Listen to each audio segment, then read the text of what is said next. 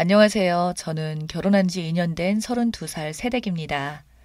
저랑 신랑만 알고 있던 막장 가족사를 여기에다 털어놓겠습니다. 제 부모라고 부르기도 싫은 부모는 어린 나이에 사고 쳐서 저를 임신했고 준비도 안 된 상태에서 부랴부랴 결혼했어요.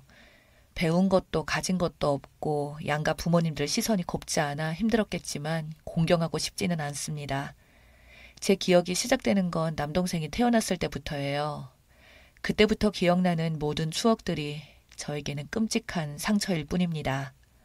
엄마라는 사람은 시댁의 냉대가 자기 때문이 아니라 딸을 낳은 죄라고 생각했는지 저 이후로 생긴 동생들을 오직 딸이라는 이유로 생명을 버렸어요. 남동생과 나이 터울이 나는 건 그 때문이고 제가 중학교 때 아무렇지도 않게 그 얘기를 하더라고요. 너도 너희 언니라도 있었으면 산목숨은 아닐 거라고 감사하라고요. 그때부터 꿈속에 죽은 여동생들이 나오는 악몽을 하루가 멀다 하며 꾸면서 사춘기를 보냈어요. 아버지랑 작자는 이기적이고 탐욕스러운 사람이에요. 작은 사업을 했는데 밤늦게 술 먹고 들어와 엄마랑 자는 나에게 폭언을 던지는 것 외에는 별 기억이 없어요. 너희들 때문에 매일 힘들어 죽겠다며 맨정신일 때는 아예 저를 개무시하고요. 차라리 그게 편했어요. 저도 무시하면 그만이니까. 그래도 아들은 끔찍이도 아꼈죠. 그런 인간이었어요. 동생이 중학교 들어가면서부터는 온갖 사교육을 다 동원하여 동생에게 올인하더라고요. 5년을 자라서 개념도 없는 애한테. 저는 공부 욕심이 있어서 학원 다니고 싶다고 중학교 때 조르다가 혼났고요. 어디서 부모 지갑을 우습게 하냐면서 그게 더 억울해서 더 열심히 공부했는데 집에서 공부하면 일부러 TV 크게 틀어놓고 다들 모여 앉아 큰 소리로 저를 무시하는 말을 해서 집 밖에 나와 상가에 있는 동네 학원 창고 같은 구석에 안 쓰는 책걸상을 보관하는 곳에 들어가서 몇 시간이고 공부했어요. 어두컴컴한 곳에 가서 눈도 다 버리고 안경을 쓴다고 욕도 많이 먹었어요. 중학교 때 처음으로 전교 1등을 한 적이 있어요. 그때만큼은 저도 너무 좋아서 성적표 들고 집에 뛰어왔죠. 예쁨 받고 싶어서 그냥 사랑받고 싶어서 집에 엄마가 있었는데 말없이 성적표를 자랑하니까 힐끗 보더니 피식 웃으며 뒤돌아 서더라고요. 어이없고 이해가 안 돼서 왜 그러지? 하면서도 혹시나 하는 마음에 아빠를 기다렸죠. 늦어지는 게 불안하더만 역시 술을 먹고 오더라고요. 성적표를 내밀더니 받아들었어요. 그러더니 하는 말이 근데 뭐 제가 어안이 벙벙해서 바보같이 가만히 보고 있으니까 그래서 뭐 어쩌라는 거냐? 꼴통학교에서 잘하니까 좋아? 네가 독하니까 네 동생이 길을 못 펴는 거 아니야. 여자가 공부 잘해봐야 어디다 써먹어. 살이나 빼! 라고 소리치더니 제 성적표를 손으로 구기고 바닥에 던지고 들어갔어요. 저는 너무 놀라고 충격받아서 계속 서 있었는데 엄마가 나오더니 짜증을 내면서 동생 자는데 왜 시끄럽게 만드냐고 쓰레기통에 버리고 들어가라고 했어요. 그때 정말 많이 울었죠. 그리고 다짐했어요. 내가 잘 돼서 복수하기로요. 그때부터 내 가족에 대한 마음은 오직 하나, 복수뿐이었고 고등학교 가서도 그 일념 하나로 정말 독하게 했어요. 고3 모의고사에서 전국 상위 0.1% 나와서 학교에서 상품으로 도서상품권도 받았는데 가족에겐 말 안 했어요. 부모는 우리 동네가 학군이 구린 건 생각 안 하고 맨날 꼴등학교, 꼴통학교 아예 말도 안 꺼냈어요. 성적에 대해서요. 그래서 이날 이때까지 칭찬 한 번 받아본 적 없습니다. 수능은 생각보다 안 나와서 S대에 못 가게 되었어요. 사립학교가 어마어마하게 비싸기에 부모님께 자존심 숙이고 말씀드렸더니 이걸 욕을 하더라고요. 그렇게 혼자 잘난 척 하더니 결국 비싼 데로 가냐고. 네가 잘나면 얼마나 잘나서 지금 중요한 시기인 동생 길을 죽이냐고. 학비 죽어도 못 해주니까 알아서 하라고. 제 눈앞에서 배치표를 확 찢어버리더군요. 울면서 배치표 다시 테이프로 붙이고 담임 선생님에게 원서를 빌려서 결국 대학교에 붙었습니다. 대학 다니는 동안은 자취는 꿈도 못 꿔서 하루 4시간씩 통학하면서 아르바이트 뛰어 용돈 벌고 부족한 건 장학금 받아서 좋은 성적으로 대학을 졸업했습니다.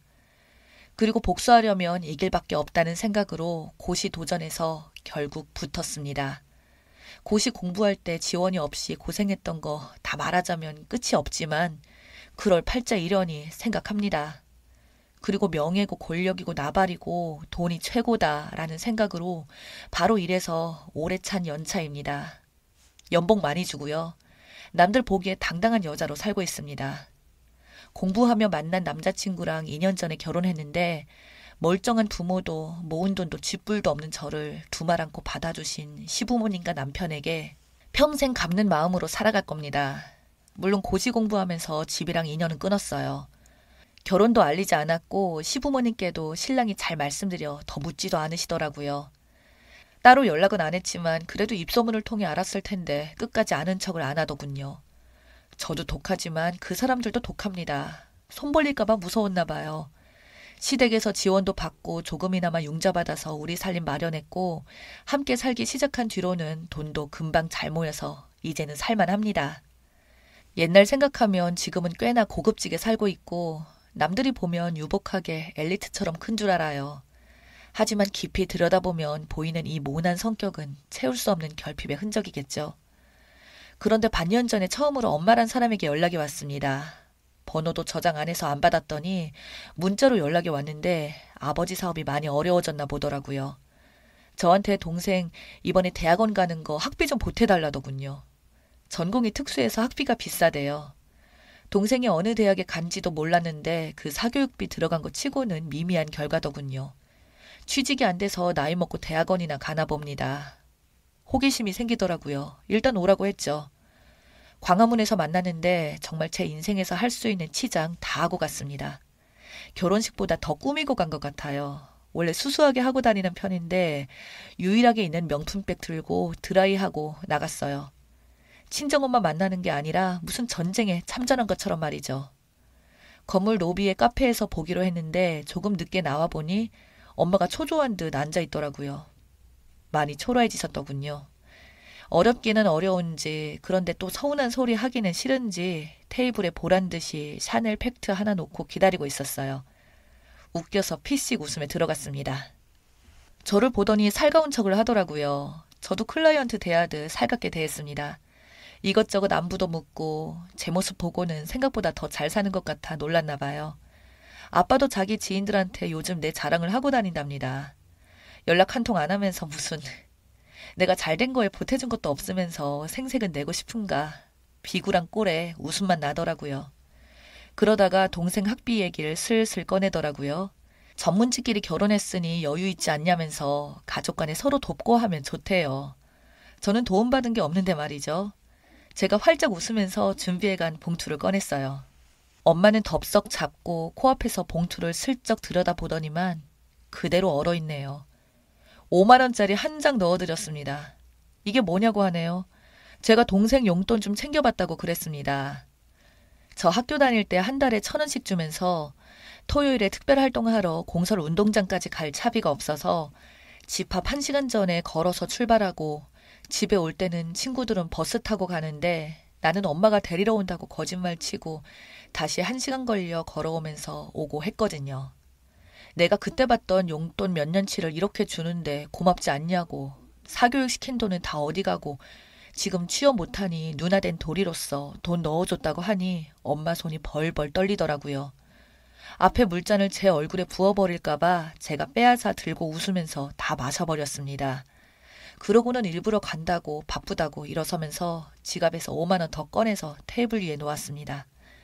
커피값 계산하시고 뭐 좀 사입으라고 이런 데는 그래도 좀 차려입고 와야 모양 안 빠진다고 그 말 하면서 정말 제가 생각해도 간사한 표정으로 미소 지었죠.